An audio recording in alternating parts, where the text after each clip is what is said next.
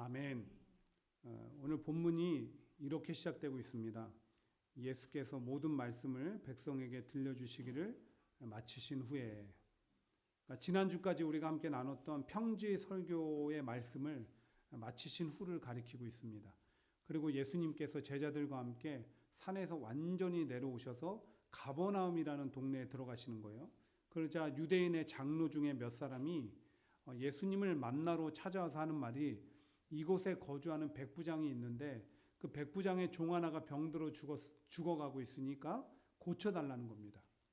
그래서 예수님이 그 부탁을 받고 백부장의 집으로 향하는데, 그 사실을 알게 된 백부장이 급히 자기의 벗들, 친구들을 보내가지고 예수님을 막 만류하면서 하는 얘기가, 예수님, 저도 군인으로서 명령체계에 익숙한 사람인데 번거롭게 저희 집에 오지 마시고 지금 이 자리에서 말씀만 하시면 내 종이 낫겠나이다, 이렇게 한 거예요. 그리고 정말 예수님이 그 자리에서 말씀하시자 집으로 돌아와 봤더니 어때요? 그 종이 그 죽을 병에서 다 나음을 입었더라. 이게 오늘 말씀이에요. 사실 예수님의 능력으로 종이 죽을 병에서 살리심을 받은 것도 놀랍지만, 더 놀라운 것이 있다고 한다면 예수님께서 이방인이었던 백부장의 부탁을 받고 거절하지 않으셨다는 거예요. 그리고 이를 통해서 우리는 예수님께는 어떤 사람의 신분이나 지위나 출신 배경 등 그런 세상적인 조건에 상관하지 않고 차별하지 않으시며 누구든지 긍휼과 은혜를 구하는 자들에게 그것을 베풀어 주는 분이심을 알 수 있습니다. 또한 종이 병들어 죽게 되었으나 치료받은 것처럼 어떤 인생의 가장 절망적인 극적인 문제라도 예수님께 가지고 나와서 아뢰면 해결받을 수 있다, 이 사실도 알 수 있는 거예요. 심지어 야고보는 우리에게 뭐라고 얘기했습니까? 너희가 얻지 못하면 구하지 아니하기 때문이에요. 구해보라는 거예요. 고민하지 말고, 염려하지 말고, 걱정하지 말고, 안 된다고 하지 말고 구해보라는 거예요. 그러므로 바라기는 우리가 살아가실 때, 나같이 보잘것없는 사람의 기도를, 나같이 신앙생활 똑바로 하지 않는 사람의 기도를, 나처럼 믿음 없는 사람의 기도를, 혹은 내가 기도한다고 무슨 이런 상황이나 문제가 달라지겠어? 이런 모든 인간적인 판단 다 내려놓고요, 누구에게나 차별이 없으신 예수님 앞에 긍휼과 은혜 그리고 도우심을 구하는 기도의 사람들이 되어야 될 줄 믿습니다. 네. 그런데 오늘 본문은 우리에게 예수님의 능력과 또 다함이 없이 넓고 풍성하신 사랑과 은혜만을 알려주는 것이 아닙니다. 또 한 가지 사실을 오늘 본문을 통해서 우리에게 전해주고 있는데, 바로 백부장의 믿음에 대한 것입니다. 백부장의 믿음에 대한 것. 예수님께서는 백부장의 모습과 행동 하나하나를 다 지켜보신 후에 9절에 가서 이렇게 말씀하시거든요. 우리 한번 같이 읽어볼까요? 9절입니다. 시작. 예수께서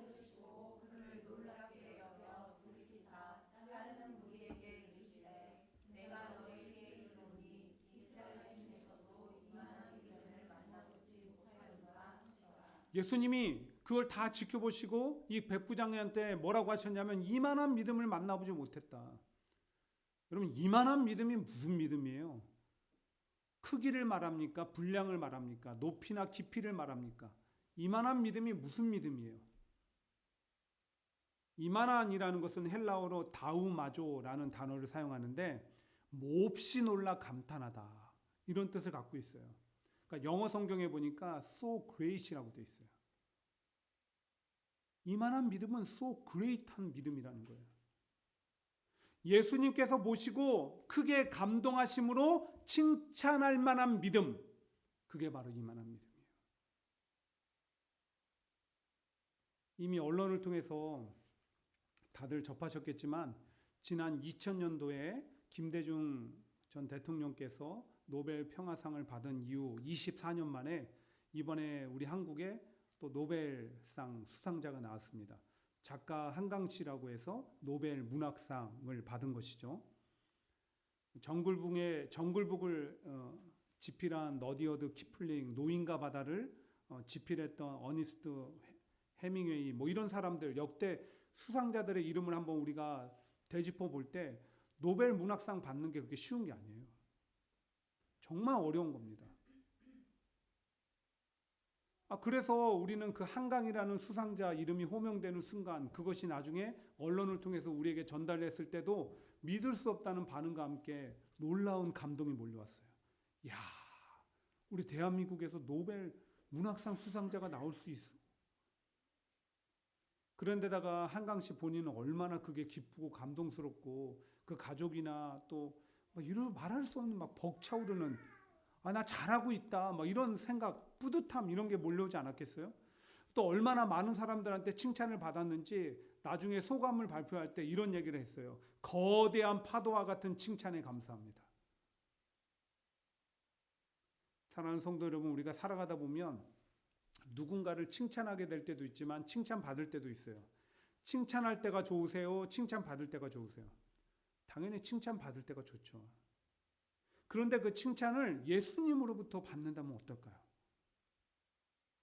그것도 내 믿음이 오늘 백부장처럼 인정받아서 훗날 저 천국에서 많은 우리 믿음의 성도들, 선조들 앞에서 예수님이 나를 딱 세워놓고 야, 이만한 믿음 봤어. So great. 와, 그렇게 칭찬받는다 하면 상상해 보세요, 여러분.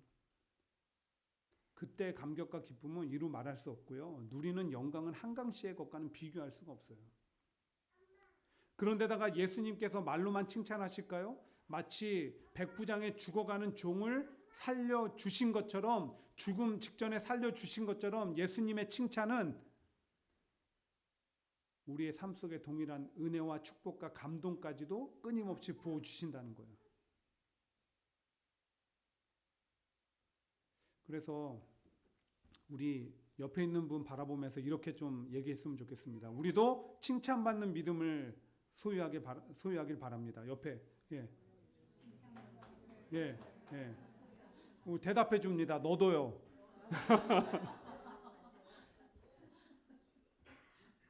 진짜요. 진짜로 제 자신도 그렇고 설교 준비하면서 그랬어요. 제 자신도 우리 교회 성도들도 모두가 훗날 예수님 앞에서 칭찬받는 그런 성도들이 됐으면 좋겠다. 그뿐만 아니라 그 믿음을 통해서 예수님이 어떻게 일하시고 역사하시는지 직접적으로 체험하는 체험적인 신앙인들이 되었으면 좋겠다. 이런 바람을 가져보았어요.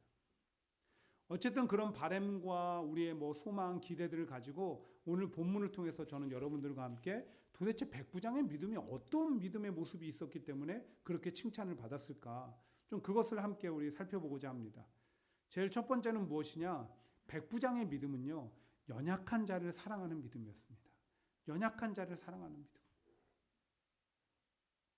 앞에서 우리는 백부장의 종이 병들어 죽을 처지에 처하게 되었고 그에 대한 치료를 예수님께 간곡히 청함으로 그가 나음을 입었다는 사실을 함께 나누었습니다.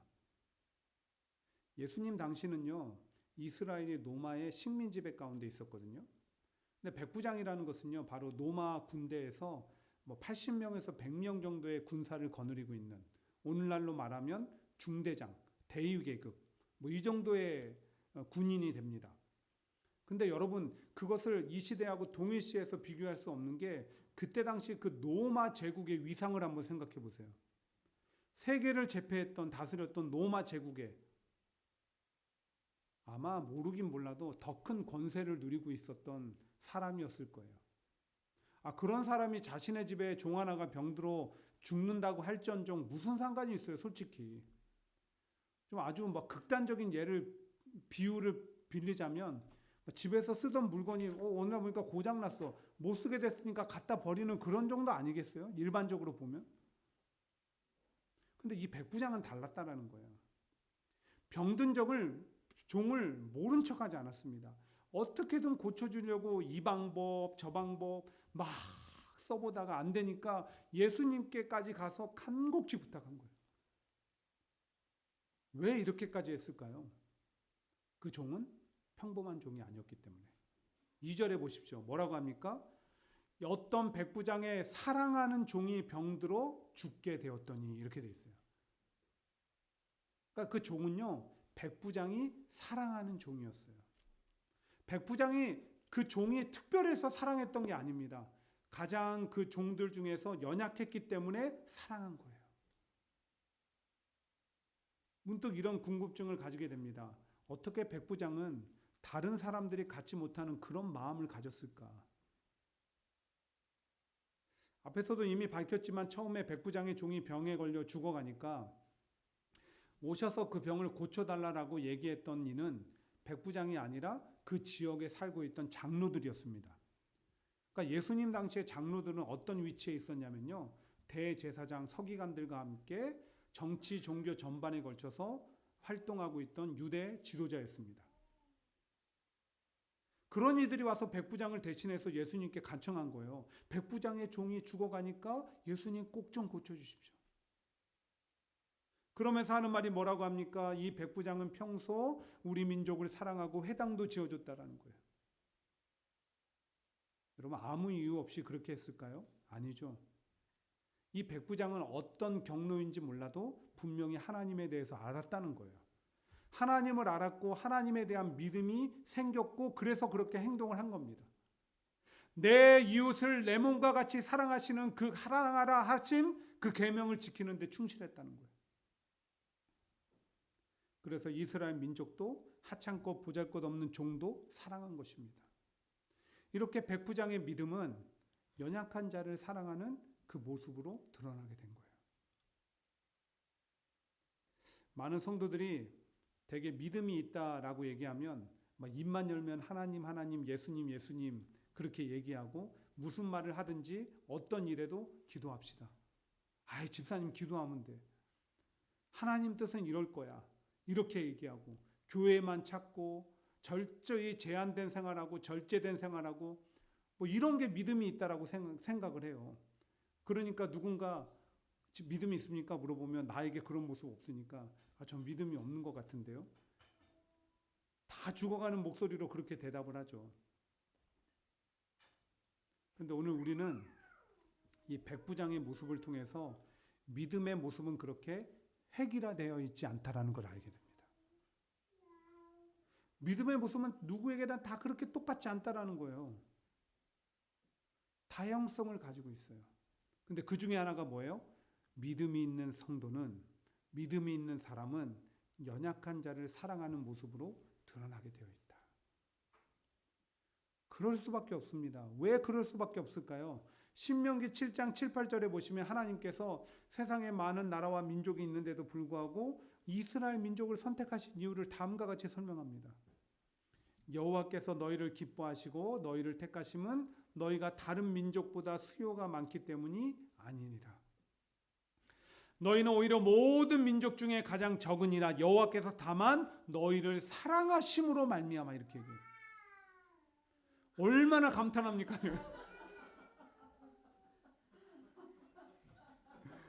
여러분, 이스라엘 민족을 선택하신 이유는 그들이 가장 약하고 보잘것없었기 때문이라는 거예요. 그런 자들을 사랑하는 것이 하나님의 마음이니까. 그게 하나님의 성품이시기 때문에. 그뿐인가요? 누가복음에 보면 예수님께서 하나님이 예수님을 이 땅에 보내신 이유를 다음과 같이 또 설명해요. 주의 성령이 내게 임하셨으니 이는 가난한 자에게 복음을 전하게 하시려고 내게 기름을 부으시고 나를 보내사 포로된 자에게 자유를, 눈먼 자에게 다시 보게 함을 전파하며 눌린 자를 자유롭게 하고, 이렇게 되어 있습니다. 하나님은 연약한 자를 입과 마음으로만 사랑하시는 분이 아니에요. 직접적으로, 행동으로. 그래서 믿음이 좋은 성도는 하나님과 늘 교제하기를 힘쓰는데 그 교제함 속에 누구의 마음을 느끼는 거예요? 하나님의 마음을 느끼게 되는 거예요. 그래서 주변의 연약한 자들을 그냥 지나치지 않습니다. 멸시하고 비난하지 않습니다. 사랑하는 거예요.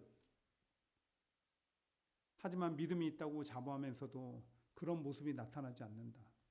자꾸 입만 알면 누구를 비판하고 누구를 정죄하고, 아유 저러니까 못 살지, 저러니까 저렇게 살지, 그런 모습, 그런 태도가 갖고 있다고 한다면 그 사람의 믿음은 아직 불완전하다는 거예요. 예수님께 결코 칭찬받을 수 없습니다. 어느 수필집에 나오는 얘기입니다. 강욱이라는 이름을 가진 정신지체 아이가 있었습니다. 정신지체 아이가 있었는데 그렇다 보니까 아무도 놀아주지 않아요. 그런데 강욱이의 유일한 친구들이 있었습니다. 바로 이 수필가의 아들들이었어요. 아이들은 강욱이를 형님 대접했습니다. 하지만 강욱이는 아이들에게 늘 손찌검을 하고 때로는 연탄재를 막 부서뜨려 놓고 집 앞에 쓰레기통을 난장판 만들어 놓고 그랬어요. 수필가는 생각하는 거예요. 왜 우리 아이들만 하필이면 강욱이하고 놀까? 안 놀았으면 좋겠는데. 그러던 어느 날 수필가의 큰아들이 강욱이한테 맞고 코피를 흘리고 들어온 거예요. 화가 잔뜩 나서 아이에게 다그치듯이 얘기했습니다. 너 다시는 강욱이하고 놀지 마. 다시는 놀지 마. 그때 큰아이가 눈물을 닦으면서 교회 학교 선생님이 자기에게 일러주었던 검은 마음 하얀 마음 얘기를 하는 거예요. 죄로 물든 검은 마음은 예수님이 싫어하시는데 그것은 바로 미움과 다툼과 시기와 질투와 분노 이런 것이고요, 엄마. 하얀 마음은 예수님이 좋아하시는데요. 사랑하고 온유하고 은혜 이런 거래요. 저는요, 하얀 마음을 가진 그런 아이가 되고 싶어요. 강욱이 형하고 놀 거예요. 저녁밥을 지으면서 수필가의 마음에 검은 마음, 하얀 마음 얘기가 계속 떠오르는 거예요. 그러면서 아이가 한없이 엄마 나는 하얀 마음 가진 아이가 될 거예요 라고 했는데 그게 너무 자랑스러운 거예요. 사랑하는 성도 여러분, 우리 주변에 보면 연약한 자들이 참 많습니다. 경제적인 형편, 사회적인 지위, 배경 등 겉으로 보이는 모습이 연약한 이들이 있고요. 내면적으로 연약한 자들도 있습니다. 신앙적으로 강한 이들이 있으면 신앙적으로 연약한 자들도 있습니다. 인격적으로 성숙한 이들이 있으면 한없이 미성숙한 이들도 있습니다. 부하 직원 자녀들과 같이 나와 상대적인 입장에서 연약한 이들도 있습니다. 그들을 바라보는 우리 마음이 하얀 마음이 되었으면 좋겠습니다. 네. 사랑으로 품고 도와주고 안아주고 이끌어줄 수 있어야 된다는 거예요. 하기 어렵죠. 그래서 그런 믿음의 모습을 가진 성도를 예수님이 칭찬하시는 거예요. So great. 우리 모두 그렇게 연약한 자를 향한 사랑을 베풀 수 있는 칭찬받는 믿음의 소유자들 되시기를 주의 이름으로 간절히 축원드립니다. 두 번째로 백부장의 믿음은 예수님 편에서 바라보는 믿음이었어요. 그래서 칭찬받은 거예요. 예수님 편에서 바라보는 믿음. 보통 이 주일 설교를 한 편 준비하려고 하면 본문을 계속 묵상하고 주석과 참고 서적들을 보고 필요하면 다른 목사님들 설교를 듣기도 하고 꼬박 일주일을 조금씩 준비합니다. 마치 이렇게 맛있는 음식을 준비하듯이 잘 준비해서 여러분들한테 전해드리기를 바라고 그것을 먹고 여러분들의 삶 속에서 열매가 맺어지길 바라는 마음으로 준비하는 거예요. 그런 과정 속에서 이번 주도 똑같이 말씀을 준비했는데 여러 자료들을 보다 보니까 대부분 이 본문에서 가장 강조하는 것은 백부장의 겸손한 믿음이더라고요. 거의 대부분이 그래요. 백부장의 겸손한 믿음. 백부장은요, 지배국의 지휘관이었습니다. 로마 제국의. 예수님은 피지배국의 사람이에요. 그런데 그런 예수님께 백부장이 말씀만 하사 내 하인을 낫게 하소서 나도 남의 수하에 든 사람이요 내 아래에도 병사가 있으니 이더러 가라 하면 가고 저더러 오라 하면 오고 내 종도로 이것을 하라 하면 하나이다 라고 한 것은요, 예수님을 그냥 평범한 피지배국의 어떤 사람으로 바라본 것이 아니라 어떤 질병도 고칠 수 있는 능력의 주로 바라보는 그런 믿음이 있었기 때문에 그런 거예요. 그리고 그 믿음대로 예수님 앞에서 겸손한 태도를 보였다라는 거예요. 주여 말씀만 하옵소서. 주여 말씀만 하옵소서. 그래서 칭찬받았다라는 거죠. 여러분 맞습니다. 믿음은 겸손함이 있어야 돼요. 믿음이 있다고 한다면서 교묘하게 자신보다 하나님과 예수님보다 자기를 더 높이고 남들 앞에서 거들먹거리고 판단이나 하고 정죄나 하고 이거 참된 믿음도 예수님께 칭찬받지도 못할 그런 믿음이에요. 그래서 우리는 꼭 기억하십시오. 벼는 익을수록 어떻게 하죠? 고개를 숙이는 것처럼 우리의 신앙의 연수가 더해지고 믿음이 더욱더 강해질수록 우리는 겸손함이 있어야 되는 거예요. 말과 행동 속에 겸손함이 드러나야 되는 거예요. 이게 참 믿음의 사람이라는 거예요. 그리고 예수님만 우리를 통해서 높임 받으시고 그렇게 겸손한 자를 사용하시는 그 능력을 체험하며 살아가야 되는 것입니다. 이렇게 분명히 여러 자료들이 강조하듯이 백부장의 믿음 가운데는 겸손함이 있었어요. 근데 저는 본문을 묵상하는 가운데 유독 6절의 한 부분이 눈에 들어왔습니다. 6절 보세요. 주여 수고하지 마옵소서 내 집에 들어오심을 나는 감당하지 못하겠나이다.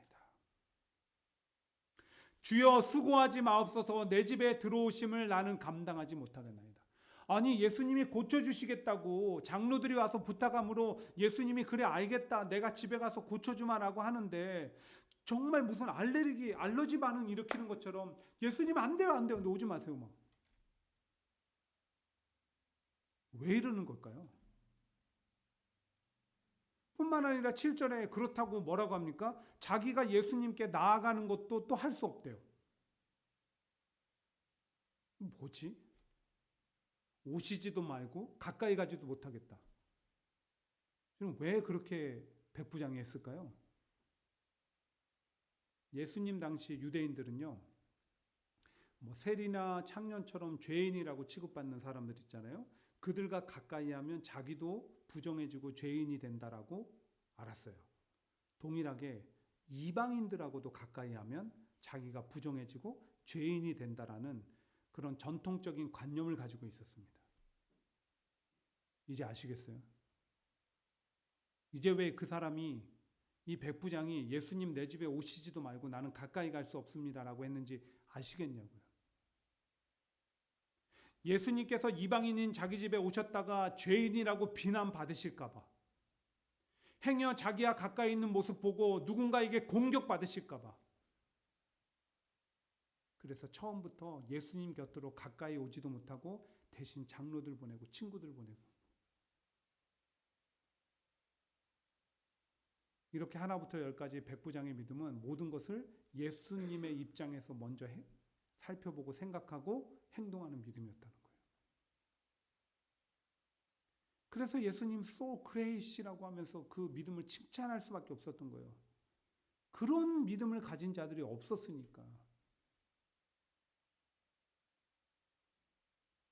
2주 전에 1박 2일로 제가 목회자분들하고 같이 이렇게 지내면서 회의도 하고 뭐 그런 시간 보내고 왔잖아요. 근데 그때 이제 두 번째 날에 오전에 세미나가 있었는데 세미나 강사가 누구였냐면 여러분 잘 아시는 이 베이사이드 장로교회 이종식 목사님이셨어요. 목사님이 이제 여러 가지 뭐 유익한 본인의 목회적인 경험과 뭐 그런 거 바탕으로 우리에게 세미나를 진행해 주셨는데 그 중에 한 가지가 무엇이었냐면 종종 목사님들이 주변에 이제 가깝게 알고 지내는 목사님들이 오셔서 물으신대요. 아, 이 목사님, 왜 베이사이드 교회는 바자회를 안 해요? 심지어는 자기 교회 성도들 가운데서도 목사님 이번에 우리 선교를 위해서 건축을 위해서 바자회 합시다 라고 요청하는 경우가 있대요. 근데 개척일에 한 번도 바자회를 한 적이 없다고 합니다. 베이사이드 교회는. 그러면서 그 이유를 밝히시는데 뭐라고 하냐면 성경 어디에도 교회에서 바자회 하라는 얘기가 없기 때문이라는 거예요. 오히려 예수님께서는 교회 안에서 매매하는 자들의 상을 뒤엎고 내 집은 만민이 기도하는 집이다. 그래서 성경대로 교회에는 예배와 기도와 말씀 양육이 중심이 돼야지 다른 것들이 그 자리를 대신해서는 안 된다. 그런 원칙을 가지고 지금까지 오셨다라는 거예요. 사실 이건 베이사이드 장로교회 이종식 목사님의 목회 철학이기 때문에 여러분 이런 얘기를 들었다고 해서 바자회하는 교회는 다 잘못된 교회라고 그렇게 정죄하셔서는 안 됩니다. 그 교회는 그 교회 나름대로 하는 이유가 있는 거예요. 근데 제가 뭘 얘기하고 싶으냐면 우리가 생각해 볼 것은 그렇게 우리도 모든 생각의 출발이 말씀과 예수님께 두고 있는가 하는 거예요. 어떤 일을 그냥 좋아서 누가 하니까 괜찮네 우리도 할까? 이게 아니고 나도 할까? 이게 아니고 말씀에 뭐라고 되어 있느냐? 예수님은 뭐라고 하시느냐? 이런 출발이 되고 있냐라는 거예요. 우리 삶 속에. 근데 안타깝게도 그렇지 못한 것 같아요. 우리만 그런 게 아니라 현대교회와 많은 성도들이 다 그런 것 같아요. 말로는 말씀대로 살아가겠습니다. 예수님 중심으로 살겠습니다고 하지만 다 자기 중심입니다. 자기 중심대로 살아가면서 말씀 이용하고 예수님 이용합니다. 사랑하는 성도 여러분, 진정한 믿음은요, 모든 생각과 판단과 행동의 출발이 말씀과 예수님께로부터 비롯되는 거예요. 말씀에 뭐라고 되어 있는가? 예수님이라면 어떻게 하실까? 그래서 내가 보기에 아무리 옳아도 말씀이 아니라고 하면 아닌 거예요. 하지 않는 거예요. 근데 내가 보기에 틀려도 말씀이 옳다라고 하면 행하는 거예요. 내가 내 주장과 판단이 아무리 옳아도 예수님이라면 어떻게 하실까 한번 고민해보고 예수님이 나에게 다른 마음 주시면 예수님 마음 따르는 거예요. 이게 믿음이에요. 아무리 불가능해 보여도 예수님이 가능하다고 하면 난 그걸 믿는 거예요. 아무런 기대와 소망을 가질 수 없는 형편 가운데서도 하나님께 소망을 두라 이 말씀이 내게 들려오면 나는 하나님 앞에 소망을 두는 거예요. 그래서 모든 걸 이기는 거예요. 세상은 기도한다고 되겠어 라고 비아냥거려도 구하라, 찾으라, 두드리라고 하셨으니까 나는 기도하는 거예요. 마음이 낙심되고 절망돼도 하나님께 맡기라고 했으니까 맡기는 거예요.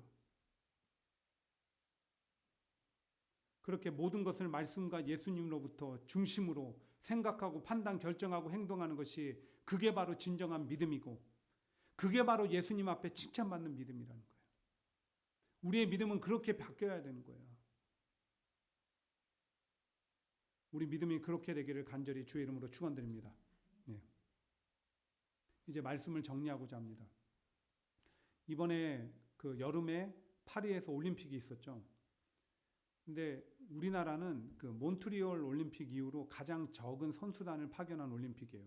그래서 애초에 올림픽이 시작할 때부터 이번 올림픽은 뭐 쉽게 얘기해서 세상 말로 망했다. 뭐 별 기대 없었습니다. 솔직히 다 모든 언론이 그랬어요. 근데 놀랍게도 너무나 좋은 성과를 거뒀습니다. 그 덕분에 정말 극적인 감동적인 장면들이 많이 연출됐는데 그 중에 하나가 뭐냐면 여자 태권도 57kg 에서 금메달을 딴 김유진 선수의 경기였어요. 사실 김유진 선수는요, 대회가 열리기 전부터 메달 입상 자체를 기대하지 못했습니다. 왜냐하면 세계 랭킹이 24위였거든요. 근데 모두의 예상을 깨고 세계 랭킹 10위 안에 있는 선수들을 하나 다 부수고 준결승인가 거기선 세계 랭킹 1위의 선수까지도 다 부수고 결승전에 올라가서 금메달을 딴 거예요. 그때 얼마나 많은 국민들이 감동했는지 모릅니다. 역전승도 이런 역전승이 없는 거예요. 기자가 물었어요. 어떻게 이런 결과를 얻을 수 있었습니까? 김유진 선수가 이렇게 얘기한 거예요. 올림픽을 준비하면서 훈련이 너무 고되고 힘들었습니다. 그런데 고된 훈련의 결과를 믿고 끝까지 해낸 결과인 것 같습니다. 훈련을 게을리하지 않았기 때문에.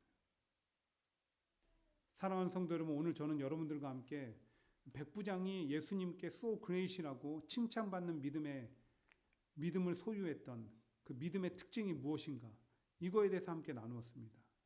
제일 첫 번째는 연약한 자를 사랑할 줄 아는 믿음이었고, 두 번째는 모든 것을 말씀과 예수님으로부터 혹은 그 중심으로 하는 그런 믿음을 가지고 있었기 때문에 우리가 이것을 실천하는 것 쉽지 않습니다. 어쩌면 불가능해 보일지도 몰라요. 그래서 필요한 게 있다고 한다면 훈련입니다.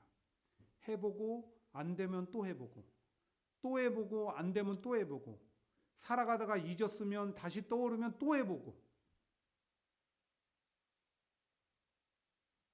그런데다가 우리가 연약할 때 누구보다 우리를 사랑하시는 분이 누구십니까? 예수님이시잖아요. 이 세상 그 누구보다 우리를 먼저 생각하시는 분이 누구죠? 예수님이시잖아요. 그런 대우를 받고 살아가는 우리인데 안 된다고, 못하겠다고, 도전도 안 해보고 훈련도 안 해보고 다 포기하면 안 되는 거 아니에요?